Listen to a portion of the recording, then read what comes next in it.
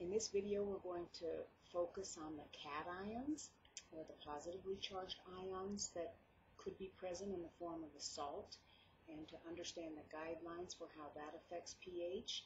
Again, that goes back to the difference between a strong base and a weak base. So the rules for how a cation would affect the pH, we're going to look at this first rule. The metal cation of a strong base will not affect the pH. So we don't call what's left behind the conjugate acid, because a conjugate acid-base pair differs by an H plus in the formula.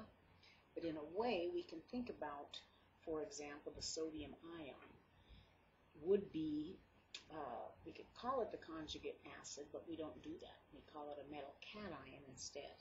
So if we have water and solid sodium hydroxide, the ionic compound, in the presence of water, that will completely dissolve and make sodium ion and hydroxide ion. Now we're going to focus on the conjugate, so to speak, of the base. And again, because this reaction goes all the way to the right, sodium is never going to react with water and replace the hydrogen ion to make the intact sodium hydroxide.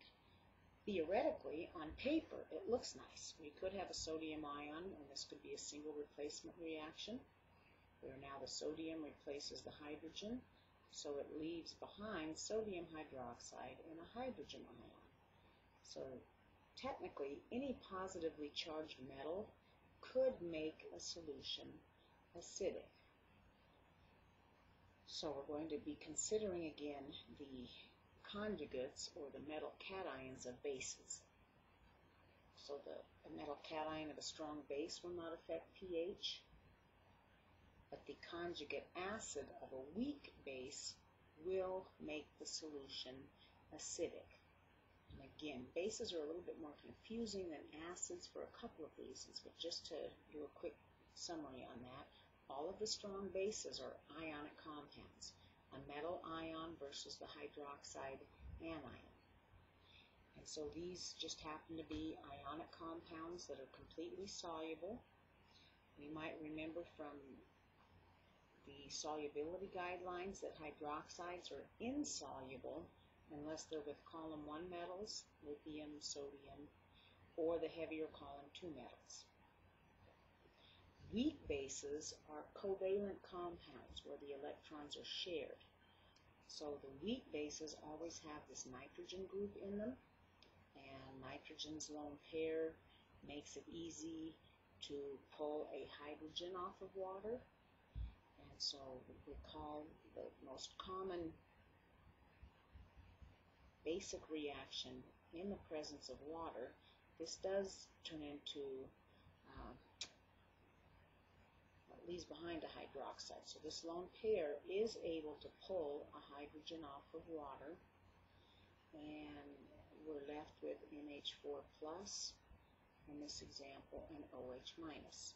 So here's our weak base ammonia, NH3. In this case, water is going to act like an acid because it's with a base. So the conjugate acid of ammonia is ammonium, the ammonium ion. And so the conjugate acid of ammonium, we call this reaction does go in reverse. So a weak base means there is an equilibrium set up, and that means the reverse reaction also occurs. So water, the acid, leaves behind its conjugate base, hydroxide, and the weak base, ammonia, leaves behind its conjugate acid, ammonium. So we're going to be looking at, we'll be focusing when we look at a salt, we're going to try to look for the conjugate acid of a weak base. And that will make a solution acidic. So if we consider only the NH4 plus, for example, in the form of ammonium chloride. This is a salt, not much different than sodium chloride. So if we consider how this salt affects pH, question mark, pH, will this affect the pH? We would look at the chloride and say no. The chloride ion does not affect the pH because it's the conjugate base of a strong acid. So how about the NH4? Does this affect pH? And here we would say yes, because of this rule here. The conjugate acid of a weak base is going to make a solution acidic.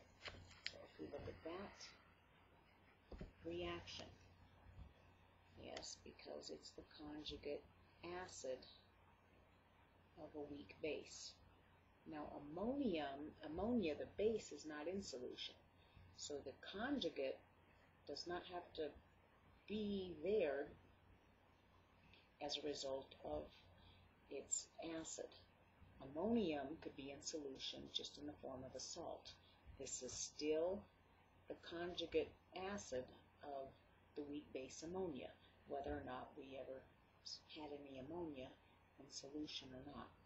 So if we just look at the NH4 plus and show that in the presence of water, HOH, this reaction would set up an equilibrium, and now the water molecule, remember oxygen has lone pairs on it, so in this case, in the presence of an acid, even though it's the conjugate acid, it's still acidic, now water would act like a base. And here, the base would pull off a hydrogen, this lone pair would pull a hydrogen off of ammonia and leave behind H3O+. Remember, that's the technical, that's hydronium ion, and leave behind the intact NH3. So the conjugate acid of a weak base will make the solution acidic. And that one's a little tougher to see.